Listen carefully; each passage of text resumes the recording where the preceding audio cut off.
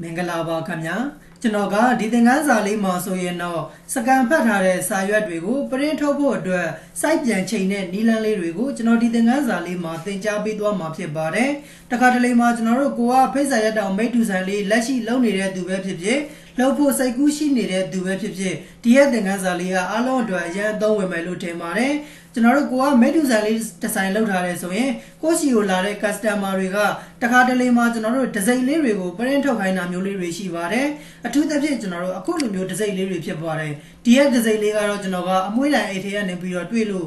့နမူနာတင်ပြပေးဖို့ရာအတွက်ယူထားတဲ့ဒီဒီဇိုင်းလေးဖြစ်တယ်ပေါ့နော်အမွှေးတိုင်အိတ်တွေထဲမှာပဲဖြစ်ဖြစ်ကျွန်တော်တို့ဖျောင်းနိုင်အိတ်လေးတွေထဲမှာပဲဖြစ်ဖြစ်တခါတလေမှာကျွန်တော်တို့မုံထုတ်တွေထဲမှာပဲဖြစ်ဖြစ်အခုလိုမျိုးကျွန်တော်တို့ဒီဇိုင်းပုံစံလေးတွေပါလိမ့်မယ်ဒီတော့အဲ့ဒီလိုမျိုးဒီဇိုင်းပုံစံလေးတွေကိုကိုရှိကိုလာအပ်တဲ့ customer တွေကနေပရင်းထုတ်ခိုင်းတဲ့အချိန်မှာဆိုရင်သူတို့ကနမူနာလေးတစ်ခုကျွန်တော်တို့ယူလာပါလိမ့်မယ်ဒီရဲ့ပုံစံလေးအတိုင်းကျွန်တော်တို့ကိုပရင်းထုတ်ခိုင်းမှာဆိုပြီးတော့လာအပ်တဲ့အချိန်ကြာလို့ဆိုရင်အဲ့ဒီနမူနာစာရွက်လေးကိုကျွန်တော်တို့ကဓာတ်ပုံရိုက်ပြီးတော့လဲကျွန်တော်တို့ edit လုပ်ရတာသိပြီးတော့အဆင်မပြေဘူးဒါမှမဟုတ်ကျွန်တော်တို့အဲ့ဒီစာရွက်လေးအတိုင်းသူ့ထဲမှာပါတဲ့တပုံစံတဲ့အတိုင်းကျွန်တော်တို့ဒီဇိုင်းတွေလိုက်ပြီးတော့အသေးစိတ်ဆွဲမယ်ဆိုရင်လည်းကျွန်တော်တို့အတွက်ပုံတူဆွဲရတာနည်းနည်းလေးအခက်အခဲရှိမယ်ပေါ့နော်ဒါကြောင့်ဒီရဲ့နမူနာစာရွက်လေးတွေကိုကျွန်တော်တို့ကဓာတ်ပုံလည်းမရိုက်ဘူးသူ့ရဲ့ဒီဇိုင်းတွေကိုလည်းတပုံစံနဲ့လိုက်ပြီးတော့မှမဆွဲတော့ဘဲနဲ့အဲ့ဒီနမူနာပုံစံလေးကိုကျွန်တော်တို့အရင်ဆုံးကိုရှိမှာရှိနေတဲ့ပရင်တာလေးနဲ့စကန်အရင်ဆုံးဖတ်လိုက်ပါမယ်စကန်ဖတ်လိုက်တဲ့အခါမှာဆိုရင်ကျွန်တော်တို့ A4 စာရွက်ကြီးနဲ့သူကစကန်ကိုဖတ်ပေးသွားပါလိမ့်မယ်ဒီလိုပုံစံကြီးကျွန်တော်တို့ရသွားမှာဖြစ်ပါတယ်ဒီတော့ကျွန်တော်တို့လိုချင်တာက A4 စာရွက်လိုက်ကြီးဒီရဲ့ဒီဒီဇိုင်းပုံစံလေးတွေကိုပရင့်ပြန်ပြီးတော့ထုတ်ပေးရမှာမဟုတ်ဘဲနဲ့သူ့ရဲ့ site အတိုင်း site သေးသေးလေးတွေအတိုင်းကျွန်တော်တို့ site ချိန်ပြီးတော့မှပရင့်ပြန်ထုတ်ပေးရမှာဖြစ်ပါတယ်အခုလိုမျိုးကျွန်တော်တို့ကဒီရဲ့စကန်ဖတ်ထားတဲ့စာရွက်တွေကို site ချိန်ပြီးတော့မှ print ထုတ်ဖို့ရာအတွက်ဆိုရင်တော့ကျွန်တော်တို့ Photoshop software လေးကိုသုံးပြီးတော့မှဖြန့်ညက်ကပ်ပြန်လုပ်ပြီးတော့မှ site တွေပြန်ချိန်ပေးရပါမယ်ဒါကြောင့်ကျွန်တော်တို့အရင်ဆုံး Photoshop software လေးတစ်ချက်လောက်ဖွင့်လိုက်မယ် Photoshop software ပွင့်လာပြီဆိုရင်တော့ကျွန်တော်တို့ကိုစကန်ဖတ်ထားတဲ့နမူနာဒီဇိုင်းပုံစံလေးကိုအရင်ဆုံးဖွင့်လိုက်ပါမယ် file နဲ့နေပြီးတော့ open ဆိုတဲ့ထဲကိုနှိပ်ပြီးတော့မှကျွန်တော်တို့ကိုယ့်ရဲ့ကွန်ပျူတာထဲမှာကိုစကန်ဖတ်ထားတဲ့ဓာတ်ပုံလေးကိုဖွင့်လိုက်ပါမယ်ဒီတော့ကျွန်တော်တို့ဒီရဲ့ပုံလေးပါဆက်လက်လေးပေးတယ်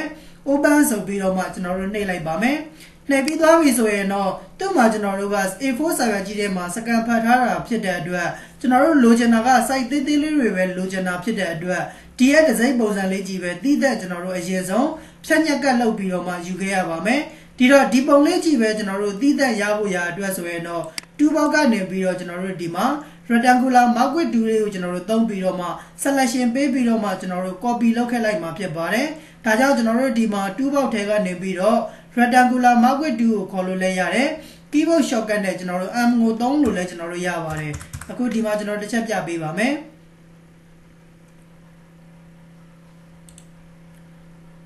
ကျွန်တော်တို့ဒီထဲကနေပြီးတော့2ဘောက်ကနေပြီးတော့မှ rectangular marquee tool လေးကိုကျွန်တော်တို့သုံးပေးရမယ်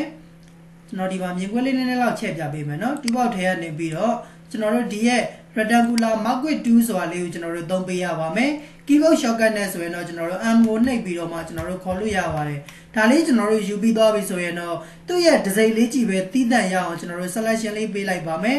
မောင်ရဲ့လက်ကလေးလေးနဲ့ကျွန်တော်တို့ဒီမှာဖိဆွဲပြီးတော့မှ selection လေးပေးလိုက်ပါမယ်အခုလိုပုံစံလေးကျွန်တော်တို့ selection ပေးလိုက်ပါမယ်ပြီးသွားပြီဆိုရင်တော့ကျွန်တော်တို့ကဒီရဲ့ပုံလေးကြည့်ပဲတီးတန့်ရအောင် layer ကို copy ပွားယူမှာဖြစ်တဲ့အတွက် keyboard ကနေပြီးတော့ control ရဲ့ J ရဲ့နှိပ်ပြီးတော့ layer လေးကို copy ပွားယူလိုက်ပါတယ်အခုလက်ရှိကျွန်တော်တို့ဒီမှာ2ဘောက်ကနေပြီးတော့ rectangular marquee tool ကြီးဝင်နေပါတယ်ဒါကြောင့်ကျွန်တော်တို့ keyboard ကနေပြီးတော့ V ကိုနှိပ်ပြီးတော့ move tool လေးကိုပြန်ခေါ်လိုက်ပါတယ်မူရင်းကျွန်တော်တို့ background layer ဆိုတာလေးကိုမျက်စိလေးမှိတ်ကြည့်လိုက်တယ်ဆိုရင်ဒီမှာကျွန်တော်တို့ဖြတ်ညက်ကပ်လုပ်ပြီးတော့မှ layer ကို copy ပွားယူထားခဲ့တဲ့ကျွန်တော်တို့လိုချင်တဲ့ဒီဇိုင်းပုံစံလေးကြီးပဲတီးသက်ကျွန်တော်တို့ရလာတာကိုတွေ့ရပါလိမ့်မယ်အခုဒီရဲ့ဒီဇိုင်းပုံစံလေးကိုကျွန်တော်တို့ကပရင့်ပြန်ပြီးတော့ထု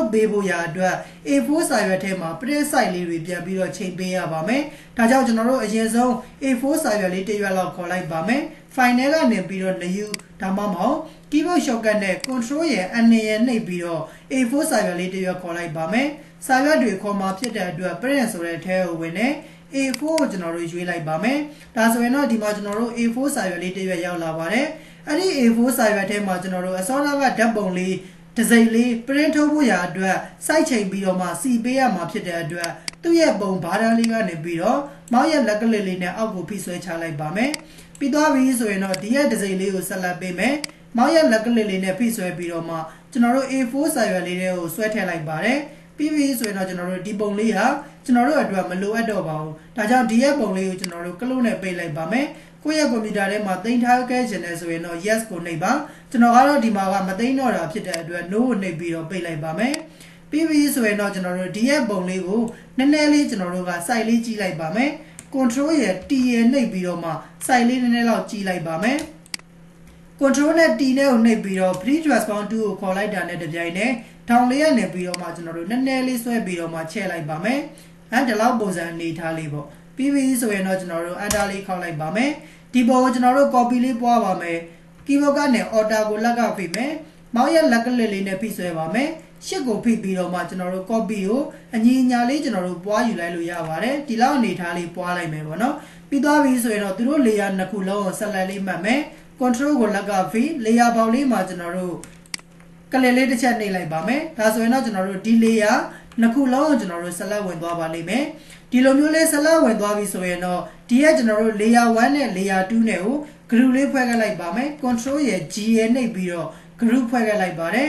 group ဖွဲ့ပြီးသွားပြီဆိုရင်တော့နောက်တစ်ခေါက်ကျွန်တော်တို့ဒီရဲ့ group လေးကိုပွားလိုက်ပါဦးမယ် control ရဲ့ J ရဲ့နှိပ် group လေးပွားလိုက်ပါမယ်အခုလက်ရှိကကျွန်တော်တို့ group ကြီးဖြစ်နေတဲ့အတွက်အပေါ်မှာရှိနေတဲ့ copy ပွားထားတဲ့ group ကိုတော့ကျွန်တော်တို့က layer တွေအားလုံးပေါင်းပြလိုက်ပါမယ် control နဲ့ E နဲ့ကိုနှိပ်ပြီးတော့မှကျွန်တော်တို့ layer တွေကိုပေါင်းပလိုက်လို့ရပါတယ်ဒါဆိုရင်တော့မူရေးကျွန်တော်တို့ copy ပွားထားခဲ့တဲ့ဒီရဲ့ group လေးကိုတော့ကျွန်တော်တို့ကမပြတ်စေလိုတာဖြစ်တဲ့အတွက်သူ့ကိုမျက်စိလေးကျွန်တော်တို့မှိတ်ပြီးတော့မှခဏလောက် layer လေးကို hide လုပ်ခဲ့လိုက်ပါမယ်ပြီးပြီဆိုရင်တော့ကျွန်တော်တို့ဒီမှာ group 1 copy ဆိုတဲ့ကျွန်တော်တို့ဒီမှာ layer တွေပေါင်းထားခဲ့တဲ့ layer လေးနဲ့အောက်က background layer လေးနဲ့ကိုကျွန်တော်တို့တစ်ပြိုင်နက်ဆက်လက်ပေးပါမယ် control ကိုလက်ကပြီး background ကိုဆက်လက်ပေးလိုက်မယ်ဒီလိုမျိုးလှလိုက်တဲ့အချိန်မှာကျွန်တော်တို့ဒီမှာ background layer လေးရဲ့ group 1 copy ဆိုတာလေးရဲ့ကနှစ်ခုလုံးဆက်လက်ဝင်နေပါတယ်ဒီလိုမျိုးဆက်လက်ဝင်နေပြီဆိုမှသူတို့တွေကိုကျွန်တော်တို့ကစာရွက်ရဲ့အလဲကောင်စင်တာလေးကိုကြောက်အောင် site ချိန်မှာဖြစ်တဲ့အတွက်အပေါ်က option bar လေးမှာကျွန်တော်တို့ align horizontal center ဆိုတာလေးနှိပ်လိုက်ပါမယ်ဒါဆိုရင်တော့ကျွန်တော်တို့ဒီမှာစတေကာဒစိမ့်လေးတွေကစာရွက်ရဲ့အလဲကောင်စင်တာကိုအခုလိုမျိုးတက်တက်လေးရောက်လာတာတွေ့ရပါလိမ့်မယ်ပြီးသွားပြီဆိုရင်တော့ကျွန်တော်တို့ဒီမှာ group 1 copy ဆိုတာလေးကိုဆက်လက်ပြန်မှတ်ပါမယ် copy လေးပွားယူလိုက်ပါမယ် Photoshop မှာ copy ပွားချင်တယ်ဆိုရင်တော့နီလန်းနှစ်ခုနဲ့ copy ပွားလို့ရတယ်ပထမနည်းကတော့ကျွန်တော်တို့ control G ကိုနှိပ်ပြီးတော့မှ copy ပွားတဲ့နီလန်းလေးဖြစ်ပါတယ်နောက်တစ်ခုကတော့ကျွန်တော်တို့ keyboard ကနေပြီးတော့ order ကိုလက်ကဖိထားမယ်မောက်ရဲ့လက်ကလေးလေးနဲ့ဖိဆွဲပါမယ်အောက်ကိုတက်တက်လေးထွက်အောင်ရှစ်ကိုဖိပြီးတော့မှဆွဲလိုက်မယ်ဒါဆိုရင်လည်းကျွန်တော်တို့အလွယ်တကူ copy ပွားပြီးသားလေးဖြစ်သွားပါလိမ့်မယ်ပြီးပြီဆိုရင်တော့ဒီနှစ်ခုလုံးကိုဆက်လက်ပြန်ပေးမယ်ရှစ်ကိုလက်ကဖိပြီးတော့ကလစ်နှိပ်မယ်ဒါဆိုရင်သူတို့ရဲ့ layer ဘောက်မှာ layer နှစ်ခုလုံးကိုဆက်လက်ဝင်သွားပါတယ် order လေးကိုလက်ကဖိရှစ်ကိုပါလက်ကဖိပြီးတော့မှဒီမှာကျွန်တော်တို့ထပ်ပြီးတော့မှ copy လေးပွားယူလိုက်ပါတယ်ပြီးရင်နောက်တစ်ခုထပ်ပြီးတော့မှကျွန်တော်တို့ copy ပွားပါအောင်မယ်ဆက်လက်လေးပေးတယ် order နဲ့ရှစ်နဲ့ကိုလက်ကဖိပြီးတော့အခုလိုမျိုးလေးကျွန်တော်တို့ copy လေးပွားယူလိုက်ပါတယ်ဒီတော့ကျွန်တော်တို့ A4 စာရွက်တစ်ရွက်မှာဆိုရင်အခုလိုမျိုးစတေကာဒီဇိုင်းလေးတွေကျွန်တော်တို့10ခုရမယ်ပေါ့နော်ဒီရဲ့10ခုလုံးကိုကျွန်တော်တို့အားလုံးကို layer အားလုံးဆက်လက်ပေးလိုက်ပါမယ် layer ပေါက်လေးမှာအပေါ်ဆုံးက layer လေးမှာကလစ်တစ်ချက်နှိပ်ထားတယ်အောက်ဆုံးလေးမှာရှိနေတဲ့ layer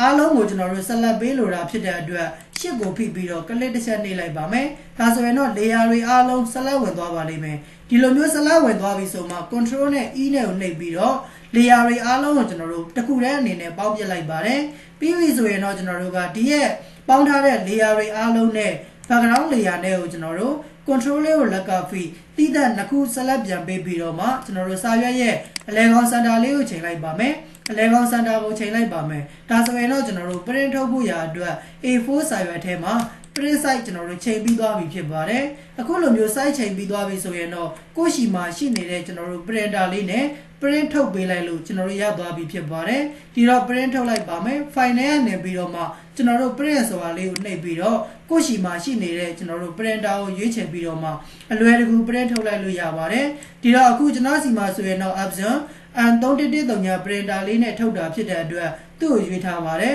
သူနဲ့သက်ဆိုင်တဲ့ print setting တွေကိုပြင်ဖို့ရာအတွက် print setting ဆိုတာလေးတစ်ချက်လောက်နှိပ်လိုက်ပါမယ်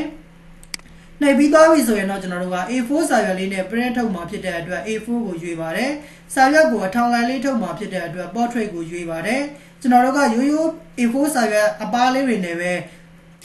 print ထုတ်မှာဖြစ်တဲ့အတွက် plain paper ကိုပဲရွေးလိုက်ပါမယ်တကယ်လို့ကိုက DS sticker လေးတွေကိုကျွန်တော်တို့ photo paper အထူသားတွေနဲ့ကျွန်တော်တို့ထုတ်ခိုင်းနေဆိုရင်တော့ဒီမှာကျွန်တော်တို့ photo paper ကိုရွေးပေးပေါ့နော်အခုလက်ရှိတော့ကျွန်တော်ကဒီမှာကနမူနာပြပေးတာဖြစ်တဲ့အတွက်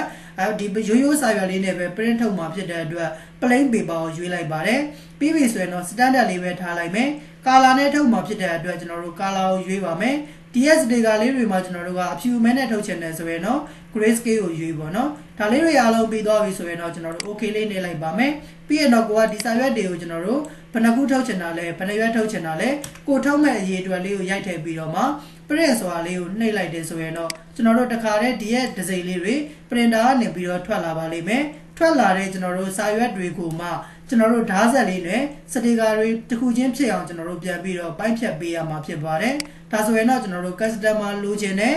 စတီကာပုံစံလေးတွေကျွန်တော်တို့ရရှိသွားတာကိုတွေ့ရပါလိမ့်မယ်ဒါဆိုအားလုံးနားလည်လောက်မယ်လို့ထင်တယ်ဒီရဲ့သင်ခန်းစာလေးကလက်တွေ့လုပ်ငန်းခွင်မှာလည်းအရန်အသုံးဝင်တဲ့သင်ခန်းစာလေးတစ်ခုဖြစ်တဲ့အတွက်ကိုကိုယ်တိုင်လက်တွေ့လိုက်ပြီးတော့မှလေ့ကျင့်ကြည့်ပေးပါအကယ်၍ကိုကိုယ်တိုင်လေ့ကျင့်တဲ့အခါမှာမရတဲ့နေရာလေးတွေရှိတယ်ကျွန်တော်သင်ပေးတာနားမလည်လိုက်တဲ့နေရာလေးတွေရှိတယ်ဆိုရင်လည်းကျွန်တော်ကိုပြန်ပြီးတော့မှမေးမြန်းပေးလို့ရပါတယ်အကယ်၍ကိုကိုယ်တိုင်လေ့ကျင့်ပြီးသွားပြီကိုလည်းအမှန်တကယ်ဒီရဲ့သင်ခန်းစာလေးကိုနားလည်သဘောပေါက်ပါတယ်ဆိုရင်တော့ဒီသင်ခန်းစာရဲ့ comment လေးမှာ DONE done ဆိုပြီးတော့ရေးခဲ့ပေးပါအောင်ခင်ဗျာဒါမှကျွန်တော်သင်ပေးတဲ့သင်ခန်းစာတွေကိုဘယ်သူတွေကတော့အမှန်တကယ်လိုက်ပြီးတော့လေ့လာနေပါတယ်လေ့ကျင့်နေပါတယ်ဆိုတာလေးတွေကိုကျွန်တော်ကိုယ်တိုင်လည်းသိရအောင်လို့ပါအခုဒါဆိုရင်တော့ကျွန်တော်ဒီသင်ခန်းစာလေးကိုဒီမှာပဲရှင်းထားလိုက်ပါမယ်အားလုံးအဆင်ပြေကြပါစေခင်ဗျာ